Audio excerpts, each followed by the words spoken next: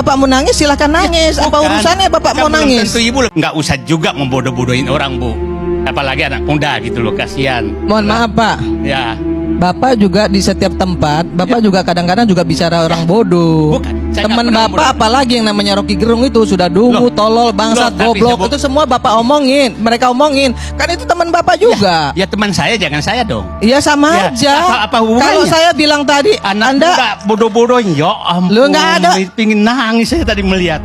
kalau Bapak mau nangis silahkan nangis. Apa Bukan. urusannya Bapak Kan mau belum nangis? Tentu ibu lebih pintar dari dia. Nangis saja Bapak. Udah, saya lanjut Kalau ya. mau Ayo, nangis, Kong, nggak ada setuju. masalah. Kita lanjut. Kita jangan bertengkar. Ya.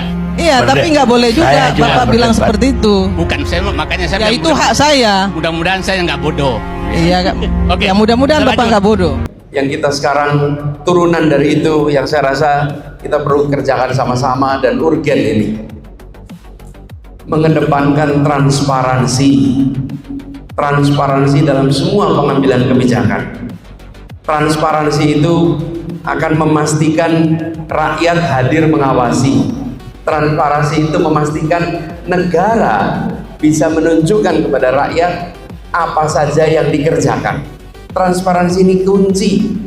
Kalau ada transparansi, maka kita semua bisa bicara dengan data.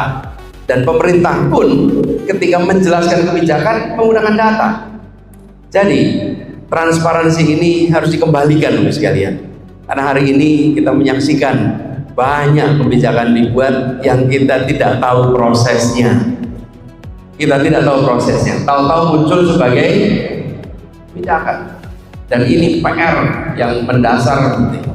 Yang ketiga yang saya sampaikan di sini adalah kembalikan meritokrasi di dalam pemerintahan dan kehidupan bernegara.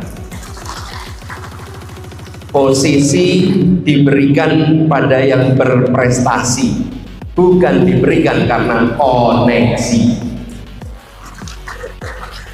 Dan kita tahu banyak sekali hari ini diberikan tanggung jawab bukan karena kompetensi, bukan karena prestasi, tapi karena koneksi.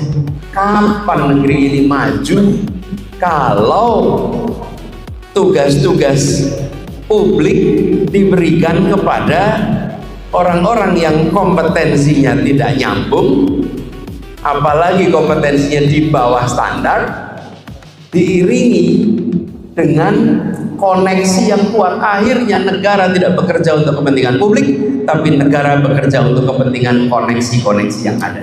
Ubahnya menjadi kami membeli jasa operator.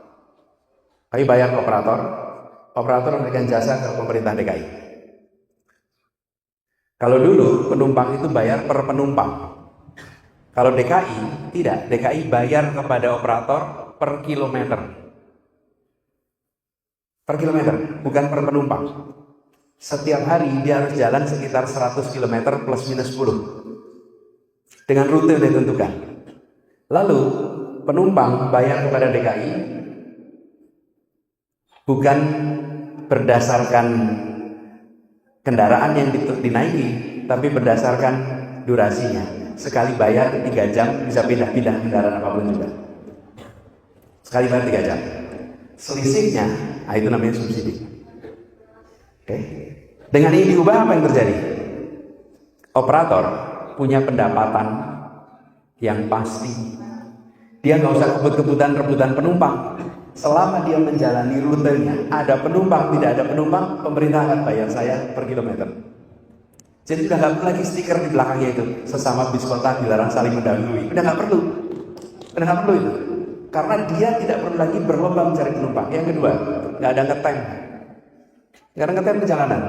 Yang ketiga, tidak ada lagi pendapatan supir kenet yang tidak bisa diprediksi. Karena mereka punya kontrak dibayar bulanan, sehingga supir punya gaji bulanan, punya jaminan kesehatan, punya asuransi, punya jaminan untuk keluarganya. Supir nyupir dengan tenang, nggak perlu tegang. Lalu pemilik kendaraan bisa merawat kendaraannya karena pemerintah membayar sesuai dengan harga dan biaya yang sesungguhnya. Sehingga kendaraan-kendaraan yang rusak ya bisa diganti. Sekarang kalau Anda ke Jakarta, kalau berhasil menemukan Metro Mini yang asapnya masih ngebul, saya traktir makan siang. Udah nggak ada. Kenapa nggak ada? Dilarang? Bukan. Karena mereka dapat pendapatan yang wajar, maka mereka upgrade kendaraannya. Yang rusaknya diganti. Dulu karena transaksinya di sini, penumpang nggak mau bayar lebih, ini juga nggak bisa. Apa yang terjadi? Nggak bisa perawatan. Apa yang kemudian muncul problemnya? Ketidakpastian. Sekarang itu semua hilang. Jadi alhamdulillah dengan dibuatkan sistem Jaklingko ini, pemerintah membayar per kilometer, penumpang membayar per jam. Sekarang warga di Jakarta menggunakan kendaraan umum ini. Sekarang pasang apa? Halo teman, jumpa bersama saya di Politik Dangi ya. Kalau kita melihat bagaimana kemudian ya kalau Risma atau Irma Caniago ini berdebat, teman-teman, tentu ya sangat bisa kalian nilai sendiri ya. Kali ini Irma memang keterlaluan ya dengan Said Didu, teman, sehingga Said Didu itu membela seorang anak muda ya. Namun perkataan Irma ini ya, seolah-olah tidak pantas kepada orang yang lebih tua ya kan. Bahkan Said Didu mengatakan bahwa saya ingin menangis mendengar perkataan Anda ya. Kemudian Irma mengatakan ya kalau Bapak ingin nangis, nangis saja ya kan. Dan ini sangat luar biasa teman-teman ya. Irma ini politisi Nasdem yang betul-betul agak keras memang ya. Dan sering juga Irma ini mengkritik Anies Baswedan teman-teman. Padahal Anies itu mereka dukung di Pilpres 2024 yang lalu. Dan Anies ini salah satu tokoh bisa dikatakan pendiri Nasdem, dan Anies ini adalah orang yang dekat juga sama ketua umum mereka ya, yaitu Bapak Surya Paloh teman. Jadi kedekatan Anies dengan Nasdem sebenarnya tidak bisa dipisahkan. Namun Anies selalu mengajarkan untuk menjadi tokoh yang sopan kalau berbicara ya kan. Tokoh yang mempunyai karisma, wibawa, kemudian perkataan-perkataan yang baik, ya, sabar, dan sebagainya. Ya, jadi kadang lawan politik Anies ini ya, kalau bicara itu sangat luar biasa sekali, teman.